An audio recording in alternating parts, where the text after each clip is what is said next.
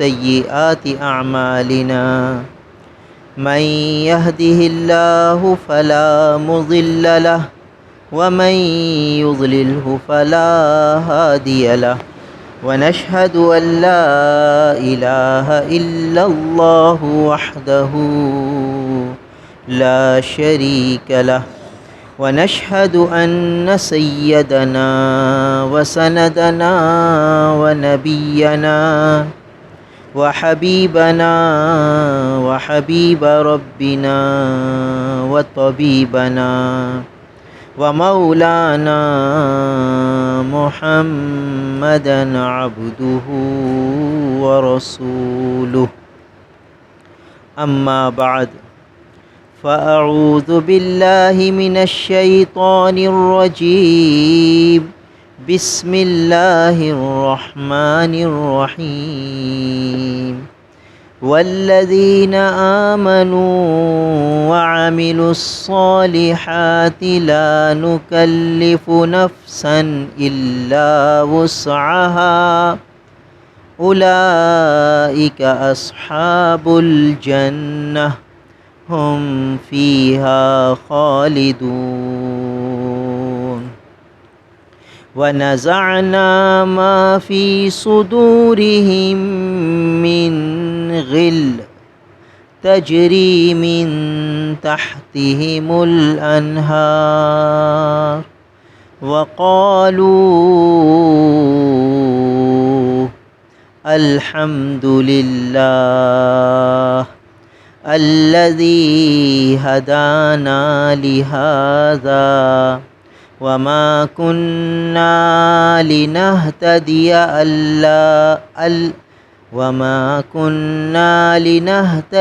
لولا أن هدانا الله لقد جاءت رسل ربنا بالحق ونودوا أن تلكم الجنة أورثتموها بما كنتم تعملون صدق اللہ مولانا العظیم۔ میرے محترم بزرگوں اور عزیز بھائیوں، یہ سورہ اعراف کی چند آیتیں ہیں جن میں اہل جنت کا تذکرہ ہو رہا ہے۔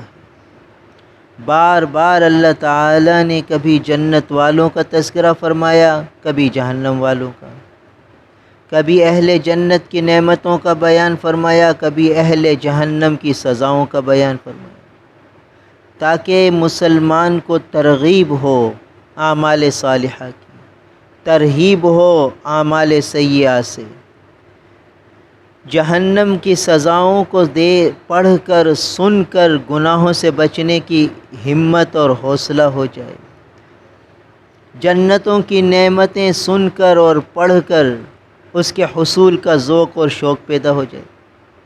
تو بار بار مختلف پیرائے میں مختلف زاویے سے بات کو سمجھایا گیا ہے تاکہ کسی طرح انسان عمل پر آ جائے۔ تو یہاں بھی فرمایا والذین آمنوا، اور وہ لوگ جو ایمان لائے، وعملوا الصالحات، اور نیک عمل کیے، ایمان بھی لائے، اعمال صالحہ بھی اختیار فرمائے، لا نکلف نفسا الا وسعها، ہم کسی نفس کو اس کی طاقت سے زیادہ تکلیف نہیں دیتے۔ عملوا الصالحات کے ساتھ یہ جملہ بڑھا دیا، لا نکلف نفسا الا وسعها، ہم کسی نفس کو اس کی طاقت سے زیادہ تکلیف نہیں دیتے۔ لا نکلف، مکلف بناتے ہی نہیں ہیں کسی بھی نفس کو، کسی بھی انسان کو، الا وسعها، مگر اس چیز کا مکلف بناتے ہیں جس کی اس کو وسعت ہے، طاقت ہے، قدرت ہے۔ پھر فرمایا کہ اولئک اصحاب الجنہ، یہ لوگ جنت والے ہیں۔ کون جنت والے ہیں؟ جو ایمان لائے اور اعمال صالحہ کو اختیار کرتے رہے، موت تک اعمال صالحہ میں لگے۔ اولئک اصحاب الجنہ، یہ لوگ جنت والے ہیں۔ ہم فیہا خالدون، اس میں ہمیشہ ہمیشہ رہیں گے۔ تو جنت والوں کے لیے دو باتیں بتائیں، ایمان اور اعمال صالحہ۔ ایمان دل کی کیفیت کا نام ہے، اعمال صالحہ اعضاء و جوارح سے ادا کیے جاتے ہیں، یعنی ایمانی کیفیات یعنی باطن کو بھی سنوارنا ہے، اور اعمال صالحہ یعنی ظاہر کو بھی سنوارنا ہے۔ اللہم اجعل سریرتی خیرا من علانیتی واجعل علانیتی صالحہ، یہ دعا ہمارے پیارے آقا نبی کریم صلی اللہ علیہ وسلم نے تعلیم فرمائی۔ اللہم اجعل سریرتی خیرا من علانیتی، اے اللہ میرے باطن کو، میرے اندر کو میرے ظاہر سے بہتر کر دیجیے۔ اللہم اجعل سریرتی خیرا من علانیتی، اندر کی کیفیات کو ظاہر سے بہتر کر دیجیے۔ وجعل علانیتی صالحہ، اور میرے ظاہر کو بھی صحیح فرما دیجیے، وہ بھی نیک اور صالح لوگوں کی طرح ہو، اسے بھی صحیح کر دیجیے۔ یعنی اندر کو بھی بنانا ہے اور ظاہر کو بھی بنانا ہے، اور اس بنانے کے لیے اللہ سے مدد مانگنی کہ اللہ ظاہر کو بھی بنا دیجیے، باطن کو بھی بنا دیجیے۔ خالی باطن بنا ہوا ہو، ظاہر نہ بنے، پھر بھی ناقص ہے۔ ظاہر بنا ہوا ہو، باطن نہ بنے، پھر بھی ناقص ہے۔ اصل یہ ہے کہ ظاہر بھی بنے، باطن بھی بنے۔ تو والذین آمنوا وعملوا الصالحات، پھر بیچ میں جملہ معترضہ کے بعد فرمایا اولئک اصحاب الجنہ، یہ لوگ جنت والے ہیں۔ کون؟ ایمان والے اور اعمال صالحہ والے، یہ دونوں کے مجموعے پر جنت کا فیصلہ ہے۔ ایمان ہو عمل صالح نہ ہو، پھر دخول اولی کا انعام نہیں ملے گا، بھگت کر سزائیں بھگت کر پھر جانا پڑے گا۔ تو دونوں کے مجموعے پر یہ فیصلہ ہے، یہ انعام ہے کہ اولئک اصحاب الجنہ، یہ جنت والے کہ جہنم میں جائیں گے ہی نہیں، ان کو جنت کا دخول اولی ملے گا۔ تو ایمان اندر کی کیفیات کو سنوارنا، اللہ تعالیٰ سے محبت یہ اندر ہوتی ہے، اللہ کے حبیب صلی اللہ علیہ وسلم سے محبت یہ اندر ہوتی ہے۔ اور اس کی علامت کیا ہے کہ اس کو اللہ سے محبت ہے، اللہ کے رسول سے محبت ہے، کہ جو اندر ہوتا ہے پھر وہ ظاہر سے چھلکتا ہے۔ بھائی بریانی میں بہت اچھے مسالے ڈالے، اب جب اس کو دم پہ چڑھایا تو اس کی خوشبو پھیل رہی ہے، پورے پلازہ میں آ رہی، کسی کو وہ مسالے نظر نہیں آ رہے، مگر اس مسالوں کی مہک نے پورے پلازہ کو مہکا دیا۔ سب کہہ رہے ہیں ہاں یار کہیں بریانی پک رہی ہے۔ ارے بھائی تم نے بریانی نہیں دیکھی، اس کے مسالے نہیں دیکھے، جن سے یہ خوشبو پھوٹ رہی ہے وہ نہیں دیکھی، تم تو بس خالی مہک سے اندازہ لگا رہے ہو۔ کہتے ہیں یہ مہک علامت ہے کہ وہاں مسالے ہیں، مسالے نہ ہوتے تو کسی کو پتہ بھی نہ چلتا کہ یہاں بریانی پکی ہوئی۔ اگر وہ بریانی میں مخصوص مسالے نہ ڈالے جائیں تو کوئی مہک نہیں نکلے گی، جب مہک ہی نہیں نکلے گی تو کس کو کیا پتہ چلا کہ اس کے گھر میں کیا پکا ہے۔ تو جب اللہ کی محبت اندر ہوگی، اللہ کے حبیب صلی اللہ علیہ وسلم کی محبت ہوگی، تو وہ محبت کے اثرات چھلکیں گے اعضاء و جوارح، نظر آئے گا کہ اللہ کا محبوب جا رہا ہے، اللہ سے محبت کرنے والا جا رہا ہے، رسول اللہ صلی اللہ علیہ وسلم سے محبت کرنے والا جا رہا ہے۔ یہ علامت ہے، ورنہ تو بھائی خالی باتیں ہیں، ورنہ باتیں ہیں، حقیقت نہیں ہے۔ دیکھو بریانی کی مسالوں کی بوریوں کی بوریاں پنساری کے پاس ہوتی ہیں، بوریوں کی بوریاں ہیں، مگر مہک نہیں آ رہی، بریانی کی مہک نہیں آ رہی۔ حالانکہ بوریوں کی بوریاں ہیں، ہونا تو یہ چاہیے کہ ہر ایک گزرنے والا کہے کہ یہاں سے بریانی پک رہی ہے۔ بھائی خالی مسالے ہونے سے کچھ نہیں ہوتا، اس کو صحیح جگہ رکھو، اس پر شوق اور ذوق کی آگ لگاؤ، پھر چھلکے گا۔ دیکھیے یہی مسالے جب بریانی میں ڈلتے ہیں، آگ پہ پکتے ہیں، پھر مہک پھیلاتے ہیں۔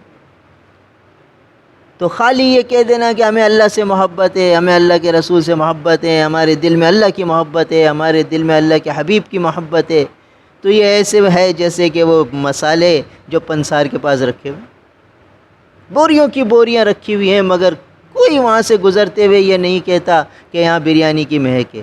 اور ایک چھٹاک سے بھی کم، ایک دو چمچیاں مسالے کی وہ بریانی میں پڑ گئیں اور آگ پہ لگ گئیں اور دم دیا جا رہا ہے، وہ پورے پلازا کو مہکا رہی ہیں، دور دور تک مہک جا رہی ہے، کیونکہ وہ صحیح رخ پر آئی ہیں، صحیح رخ پر۔ تو یہ اللہ اور اس کے حبیب کی محبت صحیح رخ پر آئے، پھر یہ چھلکے گی اور اعضاء و جوارح سے ظاہر ہوگی۔ تو خالی دعووں سے آخرت میں کام نہیں چلے گا کہ بھئی میں اللہ سے محبت کرنے والا ہوں، رسول اللہ صلی اللہ علیہ وسلم سے محبت کرنے والا ہوں، یہ دعوے وہاں نہیں چلیں گے۔ وہاں اندر اور ظاہر اور باطن دونوں کو پرکھا جائے گا، دیکھا جائے گا کہ صحیح ہے یا غلط ہے۔ ظاہر کا بھی اعتبار ہے اور باطن کا بھی اعتبار۔ ظاہر کا کیا اعتبار ہے؟ کئی دفعہ یہ مثال دی کہ پاکستانی فوج کا فوجی اور اعلیٰ قسم کا کرنل اور جرنل، اس کو بہت سارے بیج لگے ہوئے ہیں، وہ پوری وردی پہنی ہوئی ہے، ٹوپی پہنی ہوئی ہے، سب پر اس نے پاکستان کے سارے وہ بیج لگے ہوئے ہیں، ایک جھنڈا اس نے انڈیا کا لگا دیا، ایک بیج انڈیا کے جھنڈے کا لگا ہوا، باقی سارے بیج پاکستانی جھنڈے، اور یہ لگا کر آ گیا اسمبلی میں، اس کو پکڑ لیا جائے گا، اس پر کیس ہوگا، اس کا کورٹ مارشل ہوگا۔ ارے بھائی اس نے باطن، اس نے ظاہر کہاں بدلا ہے؟ تو ساری وردی پاکستان کی، ٹوپی پاکستان کی، سارے بیج پاکستان کے، ایک جھنڈے کا بیج پاکستان کے بجائے انڈیا کا لگا ہوا، اس میں کیا حرج ہے؟ کیا حرج ہے؟ اتنا سا تو ظاہر بدلا ہے۔ کہتے اتنے سے ظاہر کے بدلنے سے سارا ظاہر بدل گیا، سارے بیج ملیا میٹ ہو گئے، ساری وردی ملیا میٹ ہو گئی، اس کا باطن بھی برباد ہو، اس کا ظاہر بھی برباد ہو، اس کو کورٹ مارشل، اس کی تنخواہ رک جائے گی، اس کی ساری چیزیں مراعات ختم ہو جائیں گی۔ ارے بھئی یہ کیا ہو گیا؟ اتنا سا ظاہر بدلا ہے اور کیا سے کیا ہو گیا۔ لوگ کہتے ہیں تو ظاہر سے کیا ہوتا ہے بھائی، اندر سے ہی ہونا چاہیے۔ تو اس جرنل کا، اس کرنل کا اندر تو صحیح تھا، پاکستان سے محبت اس کی گھٹی میں تھی، لباس بھی پورا اس نے پاکستانی وردی کا پہنا ہوا تھا، ایک جھنڈا تو اس نے لگایا تھا، وہ کام خراب کرے گا۔ تو تھوڑا سا باظاہر بھی بدلے گا اور سنت کے راستے سے ہٹا ہوگا، بھائی صحیح رخ پہ گاڑی جائے گی نہیں، کہیں سے کہیں نکل جائے گی۔ اس لیے ظاہر بھی سنوارنا ہے اور باطن بھی سنوارنا ہے، پھر جنت کا فیصلہ ہوگا۔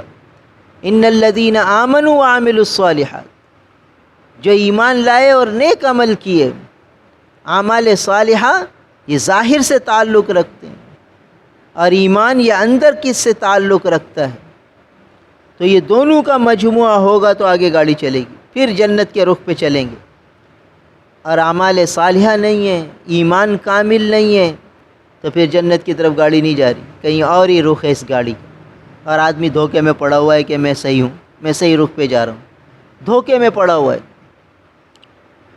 تو ایمان کیا ہے؟ اندر کی کیفیات کو بنانا، اندر کی کیفیات کو سنوارنا، اللہ کی محبت، اللہ کے حبیب کی محبت، مال کی محبت نہ ہو، مال کی محبت کو نکال دے، دنیا کی محبت کو نکال دے، حب جاہ، حب مال، حب دنیا، اپنے آپ کو بڑا سمجھنا نکال دے، تکبر کو نکال دے، عجب کو نکال دے، اس اندر کیفیت، یہ سب ایمانی کیفیات کے حصے ہیں۔ ان الذین آمنوا کی صورتیں ہیں، عاجزی ہو، انکساری ہو، اپنے آپ کو کچھ نہ سمجھنا ہو، یہ سب ایمانی کیفیات ہیں جس کا تعلق دل سے۔ اور اعمال صالحہ روزہ ہے، نماز ہے، زکوٰۃ ہے، حج ہے، عمرہ ہے، قربانی ہے، اور جو ہے حقوق اللہ کی ادائیگی ہے، بیوی کے حقوق کی ادائیگی ہے، بچوں کے حقوق کی ادائیگی ہے، اولاد کے حقوق کی ادائیگی ہے، والدین کے حقوق کی ادائیگی، یہ سب اعمال صالحہ ہیں، احکام معاشرت ہیں، یہ عمل صالح ہیں، احکام معاملات ہیں، یہ اعمال صالحہ ہیں۔ اعمال صالحہ سے چند چیزوں کو سمجھ لیا، نماز روزے کو اعمال صالحہ سمجھ لیا، عبادات کے باب کو اعمال صالحہ سمجھ لیا، بھائی چوری نہ کرنا بھی عمل صالح ہے، اور جھوٹ نہ بولنا بھی عمل صالح ہے، دھوکہ نہ دینا بھی عمل صالح ہے، اور وعدہ خلافی نہ کرنا بھی عمل صالح ہے۔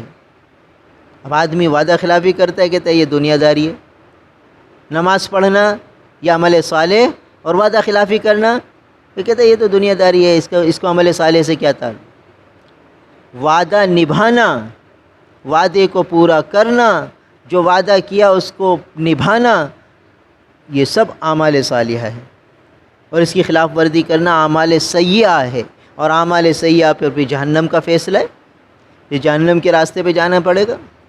وعدہ کرے اور خلاف ورزی کرے، اس کو نفاق کی علامت بیان کیا کہ منافق کی نشانی یہ ہے، کیونکہ اب ہم کسی کو منافق نہیں کہہ سکتے کہ نفاق کا تعلق دل سے ہے۔ پتہ نہیں منافق کس کو کہتے ہیں؟ کہ جو ظاہر سے ہی مسلمان ہونے کو ظاہر کرے، اندر سے کفر بھرا ہوا ہو۔ اب چونکہ اندر کا کسی کو پتہ نہیں کہ اندر اس کے کیا ہے، ظاہر کو دیکھ کے فیصلہ کیا جاتا ہے، اندر کا فیصلہ تو اللہ تعالیٰ ہی کے پاس ہے۔ اللہ جانچ رہے ہیں کہ اندر کسی کے اندر کیا چیز چھپی ہوئی ہے، اندر کا جذبہ کسی کا کیا ہے۔ بھائی دیکھو، ایک شخص مسجد میں آیا چپل چوری کرنے کے لیے، اس کا جذبہ یہ تھا کہ مسجد میں پہلی صف میں بیٹھ جاؤں، پہلی صف میں وہ تسبیح کر رہا ہے۔ کس جذبے سے آیا تھا؟ کہ چپل چوری کرے گا، اس جذبے سے آیا تھا۔ ارے ایک چپل اس نے تاڑ بھی لی کہ یہ چپل مجھے اٹھانی ہے، پہلی صف میں بیٹھا ہوا ہے، اور اتفاق سے سجدے میں گیا اور موت آ گئی۔ لوگ تو سمجھ رہے ہیں ماشاءاللہ کتنی پیاری موت ہے، کہ سجدے میں موت آئی ہے، موت تو کہیں بھی آ سکتی ہے۔ تو ظاہری طور پر تو ہم یہی کہیں گے کہ ہاں یہ موت اچھی ہے، مگر اس کا معاملہ اللہ کے ساتھ کیا ہے؟ کس جذبے سے یہ آیا تھا مسجد میں، کس کو کیا پتہ؟ مگر چونکہ پہلی صف میں ہے اور سجدے کی حالت میں ہے، تو حسن ظن کا تقاضا یہ ہے کہ ہم اچھا گمان رکھیں گے۔ مگر یہ آیا اس جذبے سے تھا، فرض کیجئے، تو اللہ کے یہاں اس کا کیا فیصلہ ہوگا؟ کتنا یہ مردود ہے، لوگوں کی نگاہوں میں مقبول ہے، اللہ کے یہاں مردود ہے۔ اور ایک آدمی، اس کے دل میں یہ داعیہ پیدا ہوا کہ یہ جو فاحشہ عورتیں ہیں یہ اللہ کے احکام کو پامال کر رہی ہیں، چلو میں ان کے پاس جاؤں اور ان کو دین کی دعوت دوں اور ان کو اللہ کی طرف بلاؤں، اللہ کرے یہ اللہ کی طرف آ جائے۔ یہ سوچ کے اور اس جذبے سے وہ چلا گیا کسی فاحشہ کے گھر میں، اس کو پیسے بھی دیے، اور اس کا ارادہ یہ تھا کہ میں دین کی بات کروں گا، کہ وہیں ہارٹ اٹیک ہوا، مر گیا۔ فاحشہ کے گھر میں موت آ رہی ہے، ظاہر کیا ہے؟ ظاہر والے کیا فیصلہ کریں گے، اور اللہ کے یہاں کیا مقام ہوگا کہ اس کا جذبہ کیا تھا، کس جذبے سے گیا تھا۔ تو کسی کے ظاہر کو دیکھ کر ہم براہ راست اس پر کسی غلط کا، حسن ظن کا تو حکم ہے، بدگمانی کا حکم نہیں۔ ظاہر کو دیکھ کر بدگمانی کا حکم نہیں لگائیں۔ کسی کا اللہ کے ساتھ کیا معاملہ، کسی کے ساتھ اللہ کا کیا معاملہ۔ کسی کو کافر کو ساری زندگی کا کفر مرتے مرتے ختم، ایک لمحے میں مرتے سے پہلے کلمے کی توفیق اللہ دے دیتے، کلمہ پڑھ کے چلا جاتا، ساری زندگی کا کفر دھل گیا، اور ساری زندگی اس ایمان پہ چلتا رہا، اسلام پہ چلتا رہا، مرنے سے پہلے کلمہ کفر کہا اور ساری زندگی کی نیکیوں کو اور ایمان کو برباد کر کے چلا گیا۔ کلمہ کفر ایسا بم ثابت ہوا کہ سارے ایمان کو، سارے اعمال صالحہ کو برباد کر گیا، ایسا ایٹم بم بن گیا کلمہ کفر۔ تو یہ اللہ کے فیصلے ہیں، وہ اللہ ہی جانتے ہیں کہ کس کے دل میں کیا جذبہ ہے، اس لیے کسی کو منافق نہیں کہہ سکتے۔ منع لکھا ہے کتابوں میں کہ ہم کسی کو منافق کہہ کر پکاریں، حتیٰ کہ کوئی کسی کو منافق کہہ کر پکارے اور دوسرا آدمی اس پر کیس کر دے قاضی کی عدالت میں، اسلامی عدالت ہو، تو اس منافق کہنے والے کو سزا دی جائے گی۔ تو نے ایک مسلمان کو کہا منافق کیسے کہا؟ کیا تیرے پاس پیمانہ ہے جس سے پرکھ کر تو نے اس پر نفاق کا حکم لگا دی؟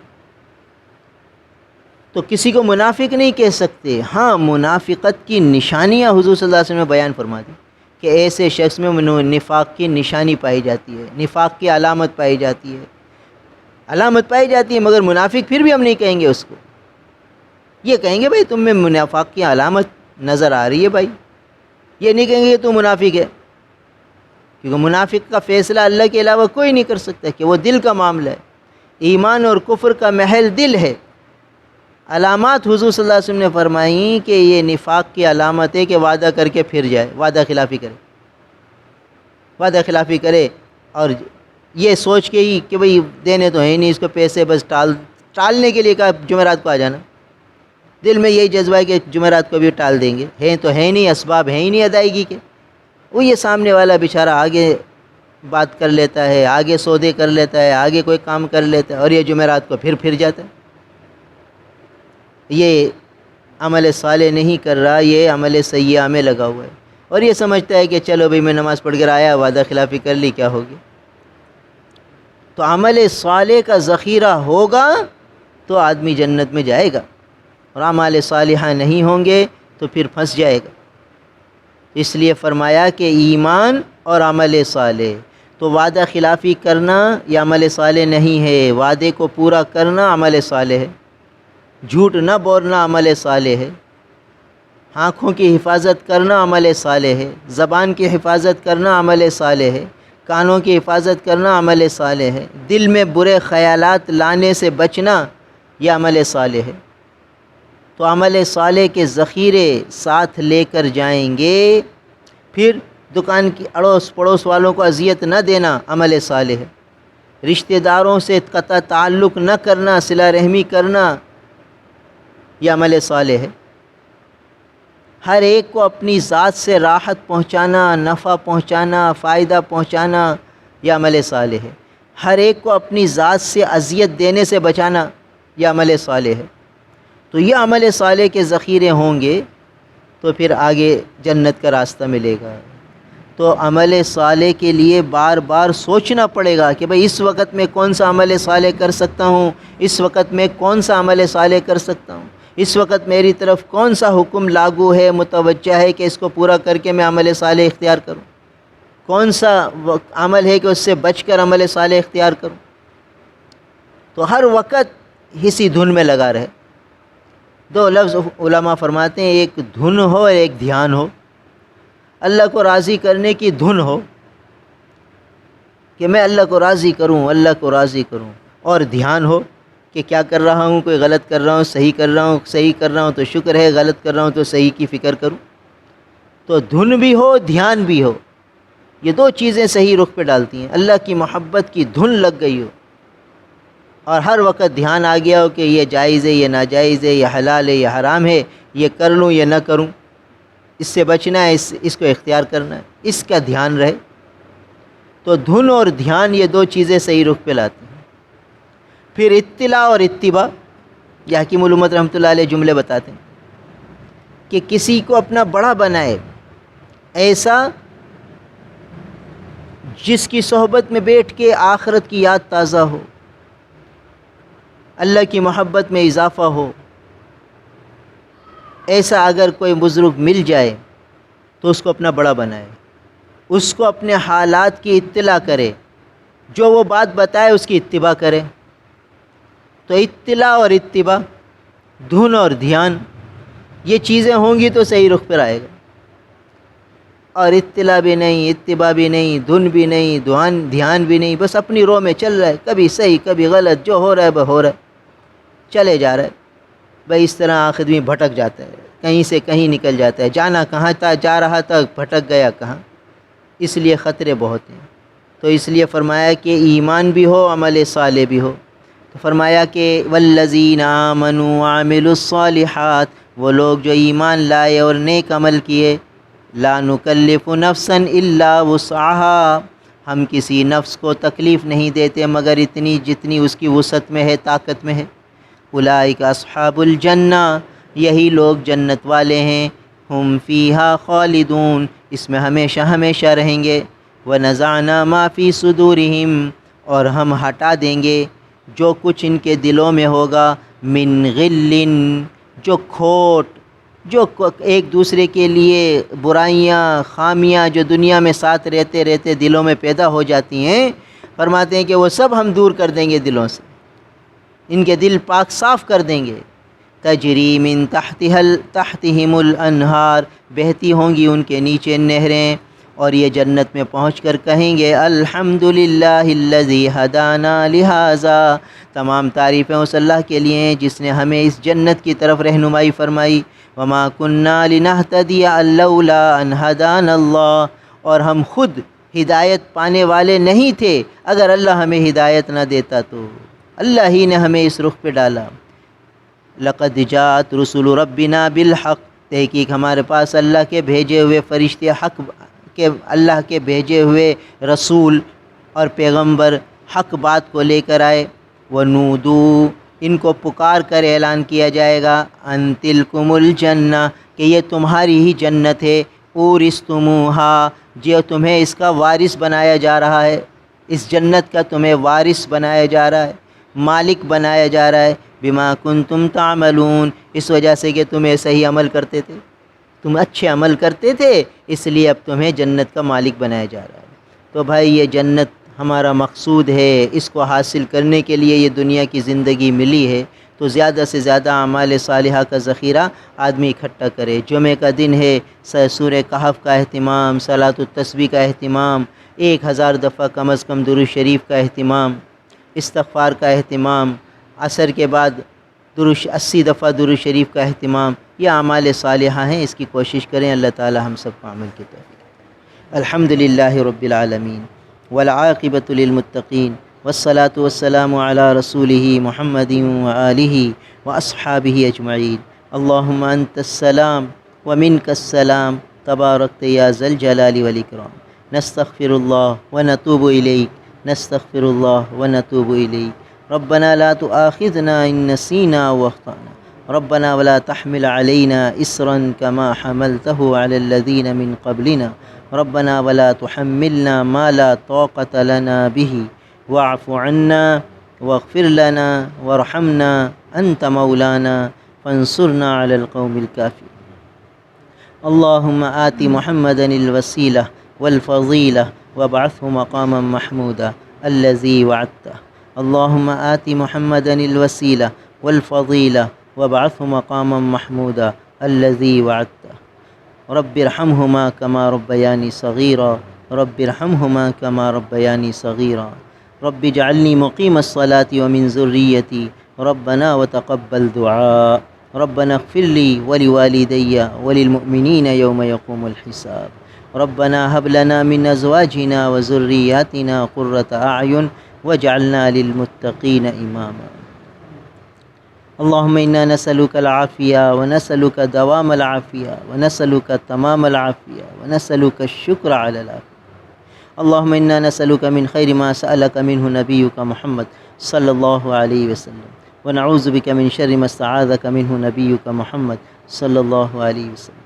أنت المستعان وعليك البلاغ ولا حول ولا قوة إلا بالله، وصلى الله تعالى على خير خلقه محمد وآله وأصحابه أجمعين، آمين برحمته۔